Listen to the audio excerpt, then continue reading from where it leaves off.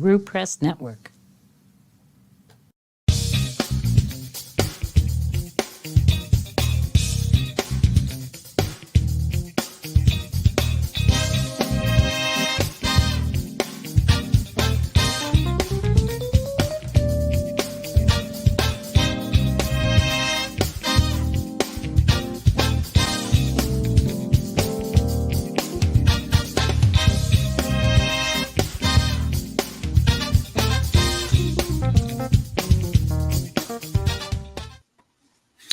And good afternoon. It's May 29th. I'm Paul White, and you're watching and listening to Get Schooled on Education. We're coming to you through the LaRue Press Network on Rumble and a few other sites, but definitely Rumble is probably the most reliable one to hear us. If you don't catch it live, you can. The shows are archived, and this is a special one today. It's actually our last one for a while. We're going on a little hiatus. And so we've got some really good things planned for you today. We're going to continue with where we started last week, which was a three-part discussion on a book called Quit Blaming Your Kids, It's Your Fault, about parents and parenting and the issues that come up.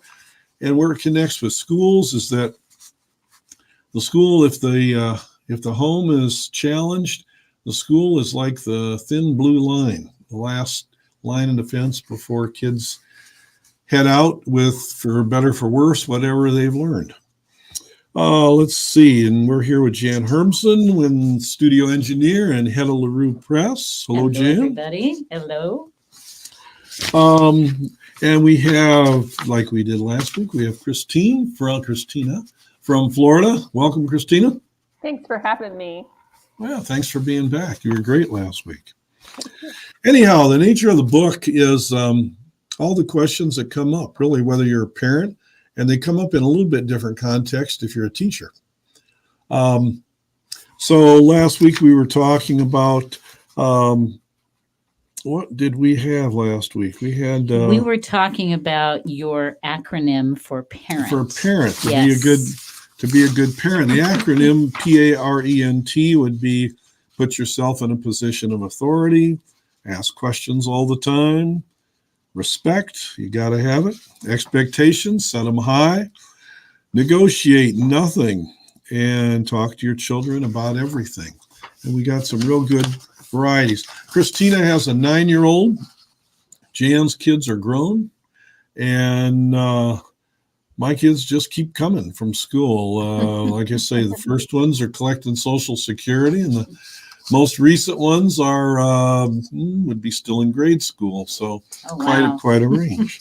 Yeah, I was counting the other day. I hear from kids from 6 decades. Wow, that's a long time. That's forever. Okay, well, what we're starting with, we've got a few really good ones today, panel, and. But the first one I think we'd start with is, did we, I don't think we did. What do you do if your child says no?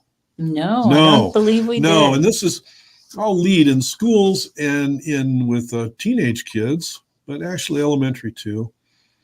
This is a real big issue because you've got, if you're a parent, imagine you're parenting 30 kids in your home.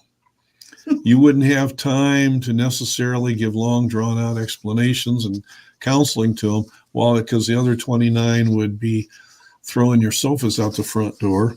But in a home where you've just got a child or two, it's a little different. But I can say that in my situation, and often it was really challenging kids, you would have certain things that they needed to do. And like if it was, basic behavioral stuff, put that away. No, we're not going to have phones going. You need to get on your work. And if they leave you some room, if the child you're dealing with doesn't back you into a corner and just say, no, you've got some room to work with.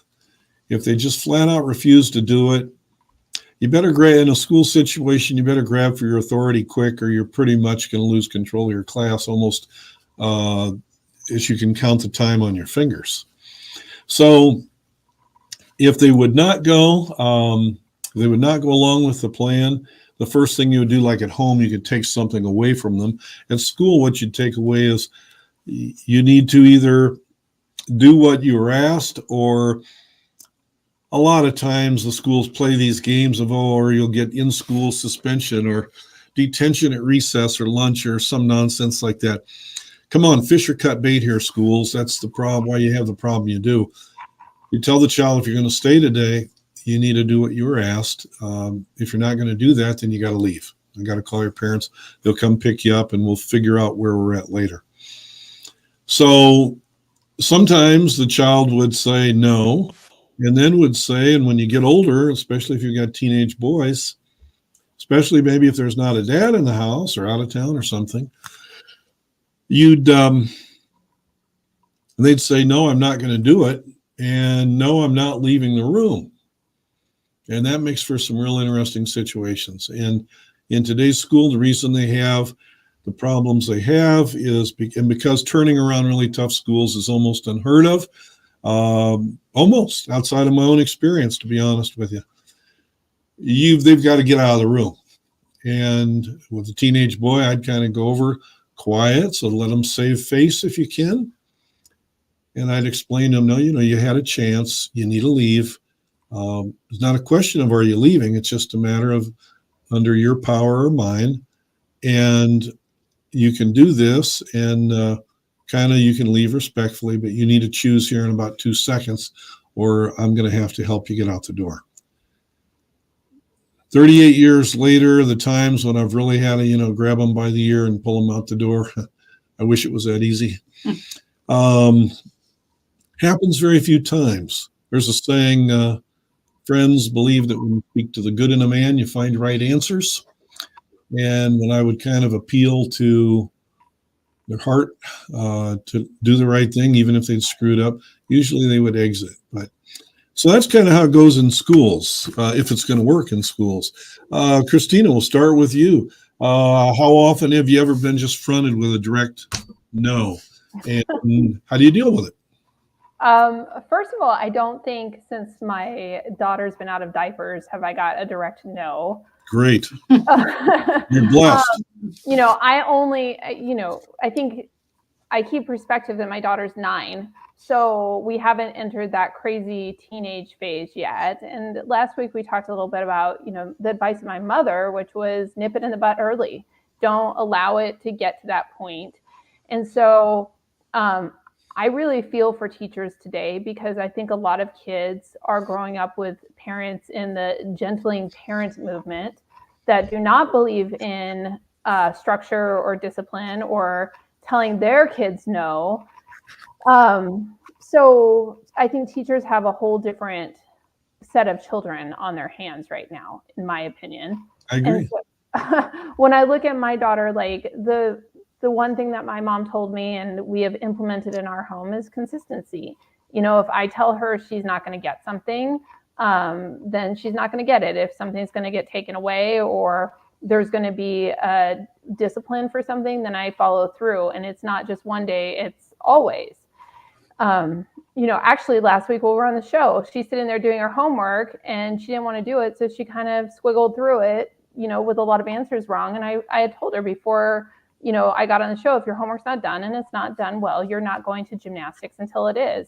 So we were 2 hours late to gymnastics while she sat there and fixed her homework, because I need my child to know that when I make a comment or I say something, that I'm going to follow through on it, So I think that that's helped us avoid a lot of direct no's, because she knows that the response is not going to be something she enjoys if she does say that to me. No, I think that's really good. How I've always kind of thought of it, and I've had good success with it, is bite rather than barking. And barking just seems, in other words, as in yelling and nagging, just kind of ruins the whole atmosphere for everybody. I would try just telling them as nice as I could. Here's what we got to do. If you don't, here's what happens. Okay. No reason for histrionics. You had a choice. You made a bad one. And I just find that I always found, there's a lot of power in holding something up. Just something as simple as, like you said, no, you don't go to gymnastics until this first thing's done. And what is it? In Proverbs, I think, as the tree is bent, as the twig is bent, the tree's inclined.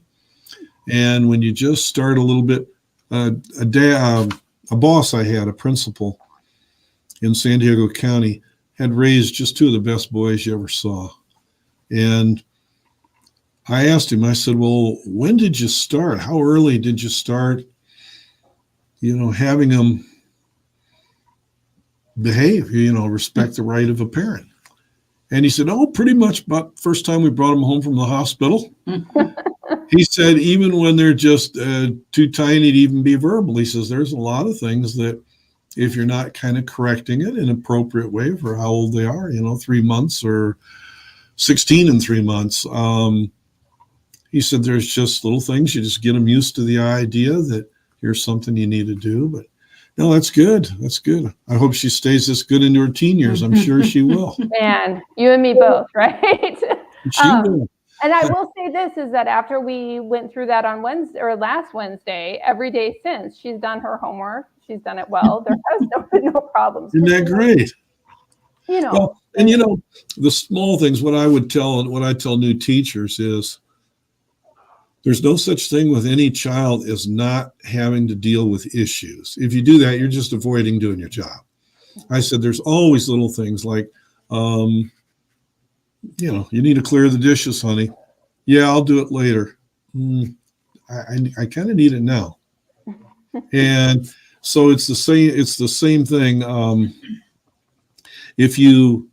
With kids in a class, you can have, if you're going to let rubber bands or balls of paper or something go flying through the air, if you don't correct that, you're going to have furniture flying through the air pretty soon. So it's just a matter of which issue you want to deal with. Keep it small, and it's pretty pleasant. Yeah. Good, Christina. Jan, how about you? What'd you do with your kids, and how did it work? Well, with my kids, honestly, I cannot remember a time when they really said no. Wow. I'm sure it happened, though. But I can remember a more recent event where my grandchild, whom I love to pieces, she's my youngest. She's 5, and she's not a good eater. So kind of picky? No, very, very, very. So we were having an event at my house, and we all like to get together. And so the whole clan was there. And she didn't want to eat. I mean, she just basically said, no. So we said, okay, that's fine. But now when we have dessert, guess what? Guess what you don't get? Good for you. And so, of course, she cried because she loves to cry. And it's what she does. And so ultimately, she did finally sit down and have dinner. So it took a while, though. It took quite a while. She's pretty stubborn, always has been. And I don't think that's going to change. So, but that's the only example I can really think of that would be a good one for this situation. Good. No, good for both you guys. You make me feel like I was maybe a worse kid than I thought I was. Coming up when I was 16, over an issue that come up the day before, kind of a serious one. And my mom was holding strong, and I was yelling at the top of my voice at her that I wasn't going to go along with this. My dad was not a physical guy, but he was a very principled guy. And he came in the kitchen, he heard this, and he said just immediately, you never talk to your mother like that if you're going to live in this house. And I didn't back down. I said, okay, good, I'll leave. And so I was 16, it was summer, and I went in, packed up my stuff, went down, took little money I had at the bank out, and took off. And I lived in a suburb of Detroit about 20 minutes away. And to shorten the story, I had a friend down there who said I could come stay there. And real poor neighborhood, real challenging place. And I went down there, lied about my age, got on loading big 18-wheeler grocery trucks at a warehouse in Detroit. I remember my check was worth $11.03 a day. And it was tough. And I had nothing. And what came very true over the few weeks I was gone was that I was all mouth. I couldn't back it up, and I had no business talking to her like that. And I'll remember the friend I lived with, he lived with his grandpa. And the grandpa said to me one night, he said, well, you know, Paul, your parents must have done some terrible thing for you to leave the house. What did they do? And I kind of put my head down. I was kind of ashamed. I said, they wanted me to respect my mother. And his grandpa said, well, you know, that doesn't seem too unrealistic to me. And I said, same thing, very ashamed. I guess it doesn't sound too bad to me either. And shortly thereafter, they were gone for the weekend and I went home. So when they got back, I was there. And you know, it's funny, I was 16. The rest of my life, that issue never came up once in a discussion between my dad and me. Never held it, rubbed it in my face. It was just understood. That's not how a man acts or a good son. And I never did it again. Never did it again. What a great lesson, huh? Yeah, it's you really learn. Well, I got a good one for you guys. Question of what should you let your child do or not do? How do you turn them into good decision makers? And two quick little vignettes. When you're planting a tree, I love gardening. And if you don't stake a tree at all when it's got no roots, anybody bumps into it, much breeze, it'll fall over. If you stake it too tightly because you never want it to fall, you don't ever want it to get tested, you love that tree, the roots never get strong because it gets from that little sustaining itself to the degree it can. That's how the roots get stronger.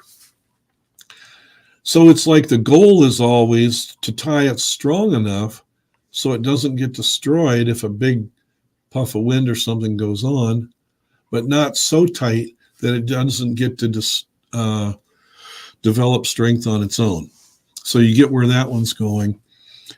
And the other one that came along was a mother came into my office when I was a principal in a middle school. And she said they had a problem with her son and her husband at home, and she wanted to know what I would suggest. And the boy wanted to have a half pipe for, a little half ramp for skateboards, wanted to build one at his home so his friends could come over and they could use that. And it was a time, and this was a group where drugs were kind of coming into the scene. And she said, I'd rather have him at home doing something here with his friends. But the dad said, no, somebody could slip and fall on that thing and then they would sue us. Well, the mother said, what do you think? And I said, well, if I had to choose, and I said, with drugs, the boys around your son are all starting to use. And so I said, if I had the choice between having to have my son recover with plaster of Paris on a broken arm, or from needle tracks from shooting drugs, I said, I think I would choose the plaster of Paris every time. Heals a lot more completely and quickly than often the drug issues can last forever. So, and I said, there are insurance policies you can take out at your home. So she went back, talked to her husband. He was pretty adamant. Nope, we're not having that. And shortly thereafter, the boy drifted off into a real hard drugging crowd, ran away from home, and I never knew of him returning. So my question to you guys is, how tightly do you stake your kids? Mm-hmm. And where do the book gives some alternatives on what you can do. Not just telling a kid, like, say they want to go party at a house where there's no parents going to be there, there's going to be drugs and alcohol. And to say there's drugs and alcohol at a party is almost like a redundancy with kids. There's all kinds of things you can do now, but let's go do something really exciting. You can take a few friends, we'll go camping, you can always offer something. You have to give them something, give them a constructive way. But what have you guys done? Jan, we'll start with you. What did you do in terms of how tightly would you stake them? And where would you draw the line? What would you let them do to, enjoy it? Yeah, I think that primarily my philosophy, when I became a mom, was, first of all, I felt totally inept. Hmm. Totally like, what in the world am I doing with this child? By the time I got to the second one, and there was quite a distance between them, I felt a lot better. And I had learned that you kind of give them choices within choices. So and I think that's sort of the example that you just gave, was that you said, well, we can do this instead of this. And so I think that really was my philosophy, was, and gradually as they got older, for the younger one, obviously I wouldn't give her the same kinds of choices. But that was the setting some parameters, but giving them choices and broadening those as they got older. So that, and there were consequences, and letting them know there are consequences. So that was sort of my philosophy. How did it work? Do you remember anything particular? Not really. Unfortunately, you're testing my memory here. It's been a while since my kids were young. But generally speaking, I think, they were pretty uneventful things. And I think I did relate my daughter. I'm not going to give you the exact scenario, but my daughter called me. She had ditched school, and the reason was good. She was helping a friend. But she called me and she said, Mom, I want you to know you're going to get a call from the school. I'm not there. I'm taking my friend to where they were going. And she told me why. And though I didn't like it, I was proud of the fact that she had made a decision. And She told you? She told me, yeah. And she let me know what the consequences were going to be for me too. Yeah. Right. So I thought I felt very proud of her, despite, like I say, I disagreed with what she did, but I knew what her reasoning was, and she was clear on it. And she was probably 17 at that time. So, It's a challenging time. Yeah, it is. And I was proud of the fact that she was willing to own it. And I think that's kind of how I felt. Great. So, Christina, how about you? How do you do with where you draw the line and what they do, what they don't do? Realizing at 9, she's not going to a lot of She's not at yet. You know what, though? I think that the thing that we probably run into most is the phone. We're watching, she is with a lot of girls that are 11, 12, 13 years old. They're at an age where they're getting phones. They've had phones for a long time. A lot of them are on TikTok, Snapchat, etc. So sorry. That's okay. That's okay. Baby jump. So they're on puppy dog. They are, this is the thing for younger kids. Kids are getting phones younger and younger. I remember, 20 years ago, most kids got phones at like 16, and now I think the average age is 10. Oh yeah. So, it's a thing. In our home, we are very much against her having a phone, because I think the dangers outweighed the benefit of that. And so we've had to really work through that, because she's watching a lot of her peers get this freedom to really do what they want to do on social media and in group chats. And it's ugly. The things that we're seeing are ugly, and, we're not changed. And I'd say it was in September, I could tell she was really struggling with it, that we had drawn such a hard line. And I was asking her questions, because you could tell there was some jealousy of the girls that were allowed this freedom. And, I asked her, like, are you jealous of this? Well, yeah, these girls can play games and they can do this stuff. And, we have break time and they're always on their phone and I have nothing to do. So we tried a few different things. We got her a bracelet making kit, sent her with books, stuff like that. But it really was not filling that hole. So my husband and I agreed to buy her a Nintendo Switch. And we have it where it's not connected to the internet. We pick her up game cartridges, like she earns game cartridges, and we've been involved with her playing the Nintendo Switch, so we see what's on the games, what she's seeing. And I think it's helped a lot. It's definitely made a difference in, she can take this, she's got something to do. Now, it's been, 9 months and it's still exciting. So I don't know how long that will last us in this battle against the phone, but she needed something that she felt like she could do while she's around all these girls that are glued to their phone.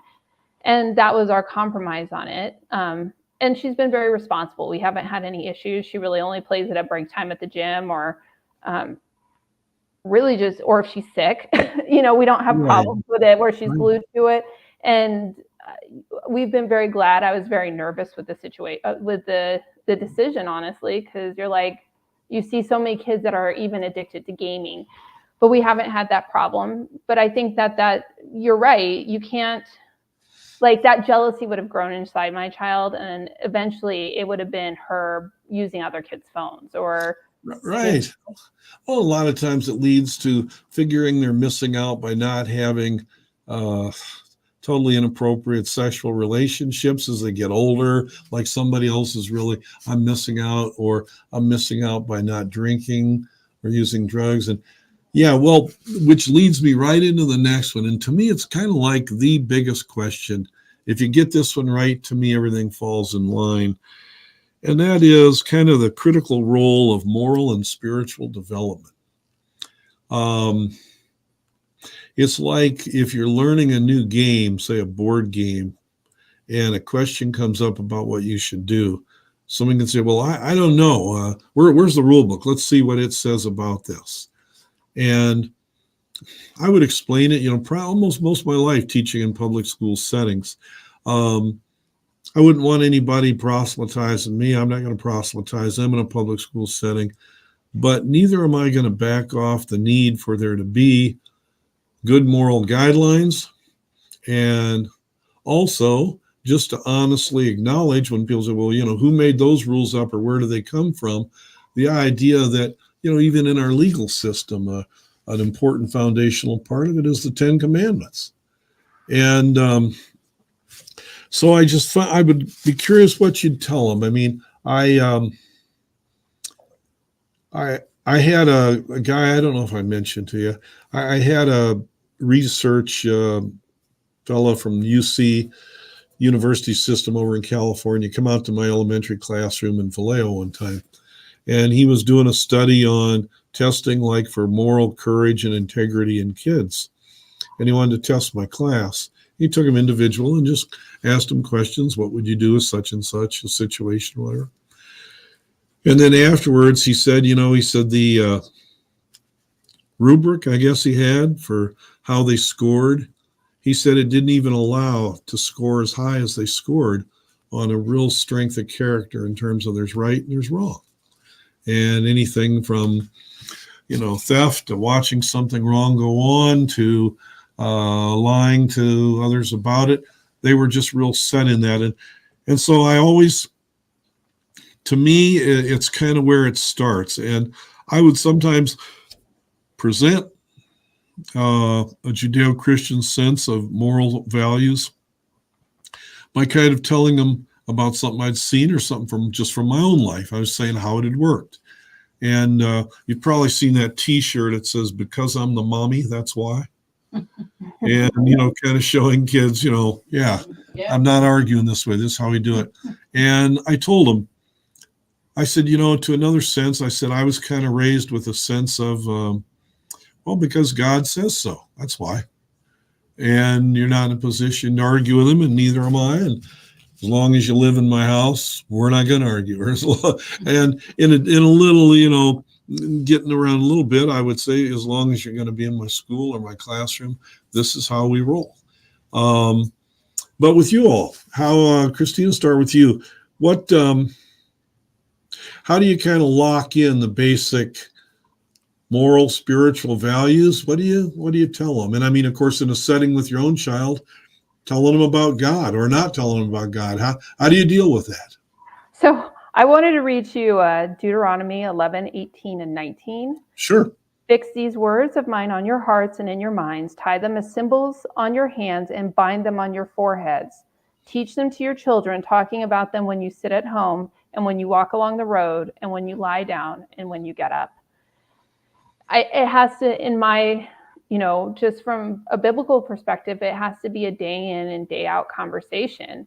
And we are definitely not of the mindset because mom said so or because God said so. We do talk about what God says, But we also just talk about the basic principles that come in and out of different situations. So, the first thing is, I listened to John MacArthur talk about 2 years ago, and he was speaking on, how to raise children.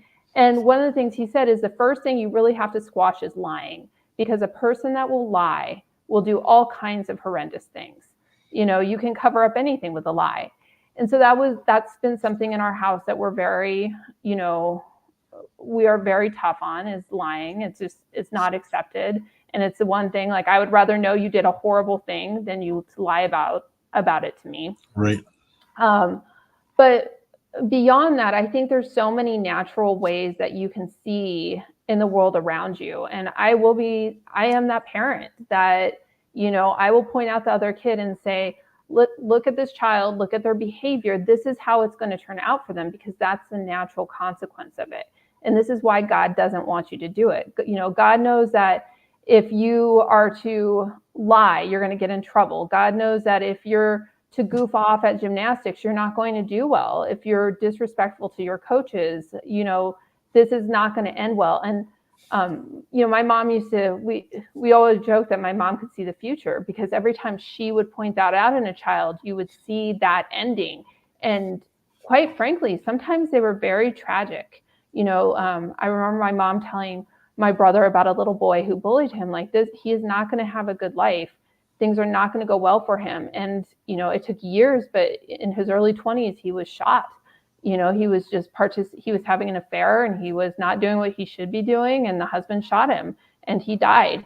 And I think that these are the things that in little ways we point out with my daughter all the time, whether it's, snack time, disrespect, goofing off, lying, that of the consequences that will come, and that God doesn't make these rules to keep us down. It's so that we are not hurt. It's so that we have good lives. So that's how we see morality in our home. That's how we try to instill it in our daughter. And, I think my mom did a good job with it. So I hope that it's as effective in our home as it was in my home. Well, I'm sure it will be. Jan, how about you? How did I liked what you said about lying. We had one, boy, any kid I ever had knows this one, especially when you're in a self-contained where they're with you all day. Anything from $20 missing off my desk, that one never was, but to a pencil on the floor, and I'd say, who left their pencil on the floor? And all somebody had to do was say, oh, I did, I'm sorry, come get it. But they'd go silent sometimes. Oh, nobody was going to own that. So it's what we called an integrity breach. And it was kind of like a figurative siren would go off, and it wouldn't matter what we were planning. If it was lunchtime or time to go home or middle of whatever, everything stopped. And I would just periodically tell them, this is important, that you own things from the smallest to the biggest. Just if you did something, you need to own it. Oh boy, and it'd be just sitting there silent, go through everything from trying to, well, I think so-and-so did it. I said, no, that doesn't do any good. We need the person who did do it to come forward. Well, I'll just say I did it. And then no, I said, that doesn't work. Oh, believe me, there's just a set line of things they go through. Another one was, what's going to happen to the person who admits it? And I said, well, somewhere between nothing and execution. I said, but an equal important lesson you have to learn is you don't tell the truth because you can get a good deal. You tell the truth because that's how you live. That's how you have to live. And oh my gosh, would this work? So finally, somebody had written a little scribble on a desk. And I think it took 3 full days of just sitting there like we're sitting, looking at each other. And finally, the kid was just, you didn't have to wonder who in the room it was. Oh, he looked in agony. This was some gangster who'd probably shot people. And here he was agonizing over, he just couldn't make himself admit he'd written something on the desk. And finally, he says, I did it. And I said, he looked at me like he expected me to go crazy. I said, why'd you do that? Well, I don't know. I don't know. I wasn't thinking. And I said, Well, you need to go clean it up, and you understand you don't want to do that anymore. It messes the place up. And he looks dumbfounded. He says, what else? I said, well, that's it, unless you want me to do something else, Dad. I said, we just kind of killed 3 days. We could have been learning things. Let me tell you, if there's gold, it's in that. And we don't do this. We're turning out. My teaching partner used to say to the kids, I can tell you're lying, your lips are moving.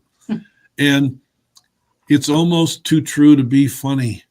Lying is an absolute epidemic with kids. And like you were saying, Christina, it underlies absolutely everything.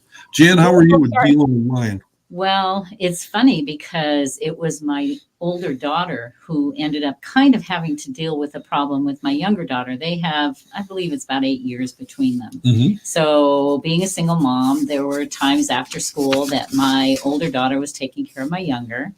And at one point, she called me at work and said, or maybe it was when I came home, she told me, she said, Mom, Jenny said that something had happened at the house, right? They were together and something happened. And she said, well, you don't have to tell Mom. Why do you have to tell Mom? She's not here. She's not going to know. So it was an occasion where my older daughter was like, what? We have to tell Mom that happened, right? And so it gave us a chance to have that discussion and talk about why, you're going to kind of tell on yourself, right? And it was a good lesson. And it was a good lesson for me to know that my older daughter did have some good morals, because she called me up or told me when I got home, and we resolved it. So, but yeah, my younger was like, wow, we don't have to. I think she was like only 3 or 4. I mean, she wasn't real old. So it was a little scary for me. I was like, oh, what's going on with this one? Right? Poor Jenny. Sorry, Jenny. But she knows this story. We've told it a number of times. She's a little conniving. And I have to tell you that she's the one who is the most gracious, and she's got 5 kids now, and God bless her. So anyway, but that's great. That's my story. Christina, you look like you were going to say something. I was going to say, do you mind if I make another comment about morality? No, of course, please. So, wow, you picked some things that make me want to really. I've got so many things to say. So, we got plenty of time. I think that we live in a world right now where people don't want to look at morality. It's a very moving part, and there's white lies and black lies and gray lies and all of these things. And I think we talked about a little bit last time. There's a new book by Abigail Schreier, and it's called Bad Therapy: Why the Kids Aren't Growing Up. But she's talking about the first thing that we're doing to our kids right now is we're making excuses for them in the way of diagnoses. And so I say this because I think when you're looking as a mom, you're looking at Instagram or Facebook or Twitter, and all this mom stuff comes up. The first thing that I see is, and I take this from a perspective that we are all born sinners. All of us are. And so are your children. And it's our job to help them navigate in a world where they are aware of their sin and they repent for it and they move on. And yet I'm seeing a huge movement of moms, and I see it within the Christian church, I see it within schools, I see it everywhere, where instead of saying, my child is lying, my child's acting up, my child's doing this, they're changing it to, oh, little Johnny has big feelings right now, instead of little Johnny's throwing a fit and you need to discipline him. And then that moves into my child has ADHD and I'm going to medicate them instead of dealing with the fact that they're disrespectful to their teachers or they won't do their homework or whatever. You're nailing it. And I won't I'm not in these people's shoes, but I would say most of the time than not, it is a problem of not wanting to deal with an issue as opposed to actually a medical problem.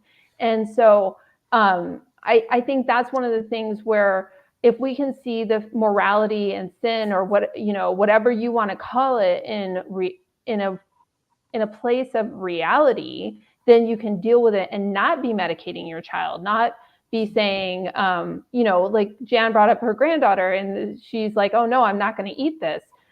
some parents are calling that a disorder, like, and, It's a disorder, all right. It's a parenting disorder. yeah. And so instead of saying, no, you're going to eat your broccoli, they're saying, oh, my child has, picky eating disorder. I can't remember what they call it, but it's actually a thing going on right now. And so has picky eating disorder. Picky eating-itis. but I mean, so I think that's one of the things where it's becoming very concerning to me.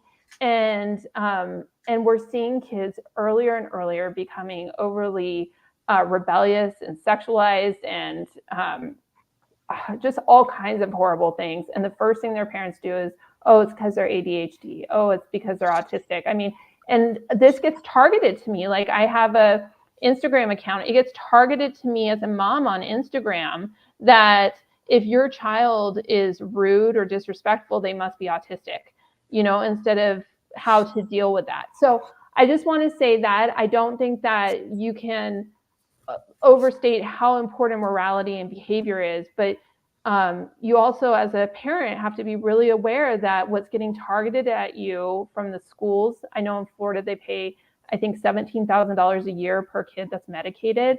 What's getting targeted at you through schools and social media and French circles is to ignore morality and call it a diagnosis.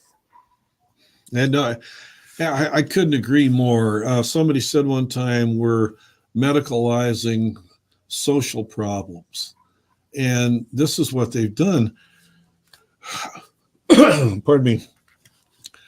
You simply can't have anything in a home, a relationship, a school, anywhere, if you don't have I tell them I can deal with anything except not knowing what I'm dealing with in terms of lying. And it's just everywhere and everything, and it's prevalent. Like you say, nobody wants to call it what it is. And so it grows, and it's devouring our kids. It's just eating up our schools.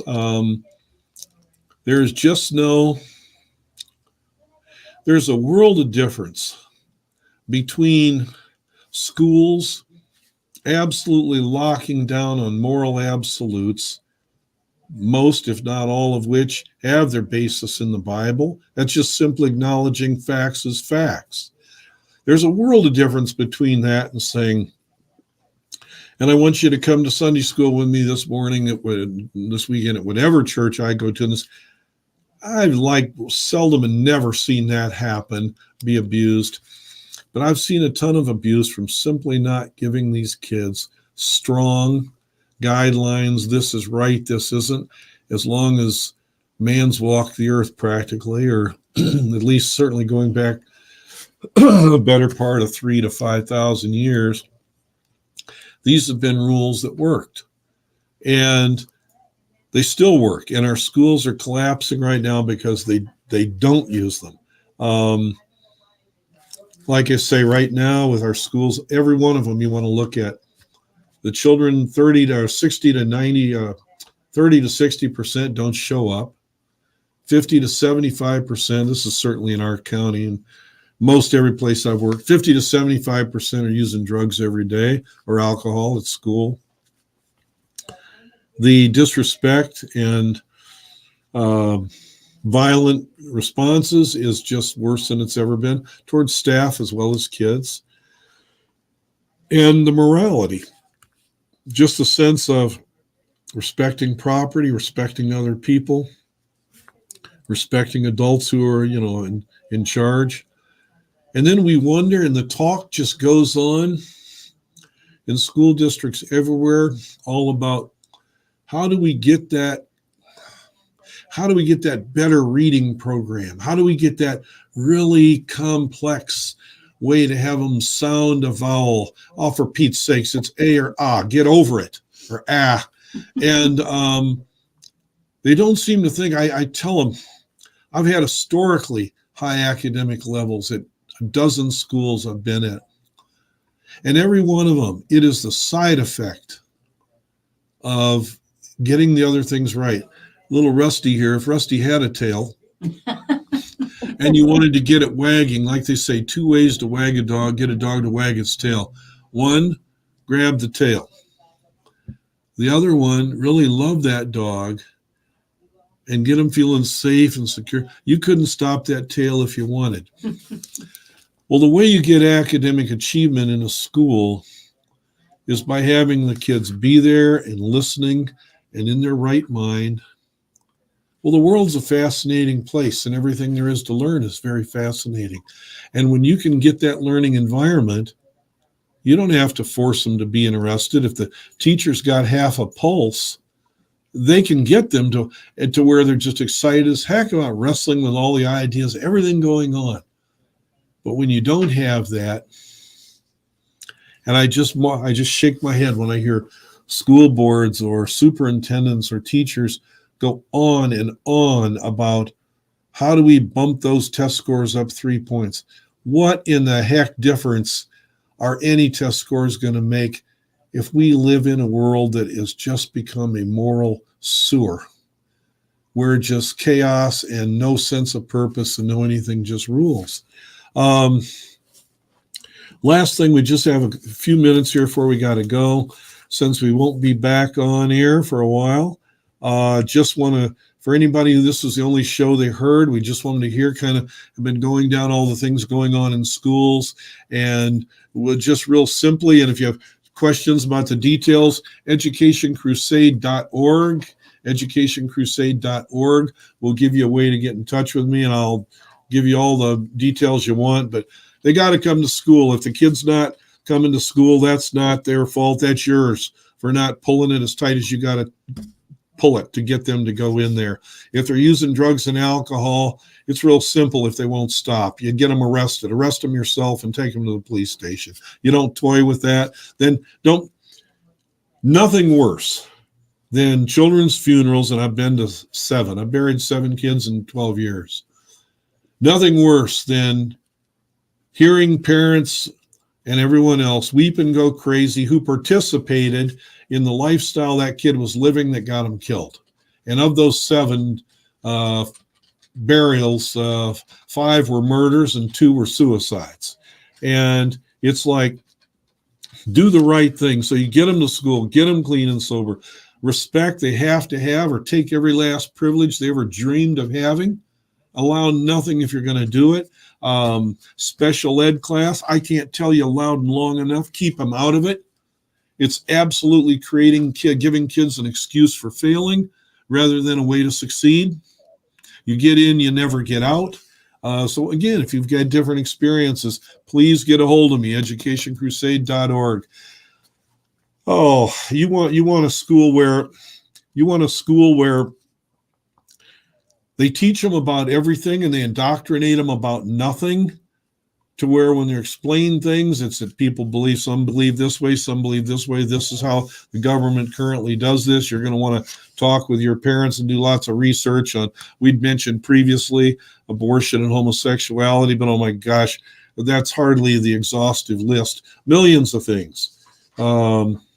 Legalizing drugs, like is in most places, or doing stuff if you can get away with it. I would always tell the kids, right is not what you get away with, and wrong is not what you get caught doing. There's absolutes out there, and if you don't know what they are, I would always tell them, ask me. I'll clarify it for you. But for parents in there, beware of AP classes, advanced placement. They're a fraud in most cases. They're pointless in most cases. And again, we're running out of time, so I can't explain now, but I'd love to do it if you have time. Give them a moral, spiritual foundation. Long after you're gone, parents, the only thing that's going to outlast you is what you've put in their hearts, what you've put in the heart that God gave them, and wake them up to that is where it came from, and they'll be fine. It's like a life jacket. They might go down for the count for some problems in their life, but if you've got a great sense, a great understanding of God in their heart, and a great commitment to the moral values that come from that, they'll float back to the surface. Drugs and alcohol, we'll make that the last one. It's just incredibly difficult, I'll say impossible, to tell a kid how terrible drugs and alcohol are if they're in your home. And parents, it's overwhelmingly alcohol. More actually, the number of marijuana smokers is exponentially growing.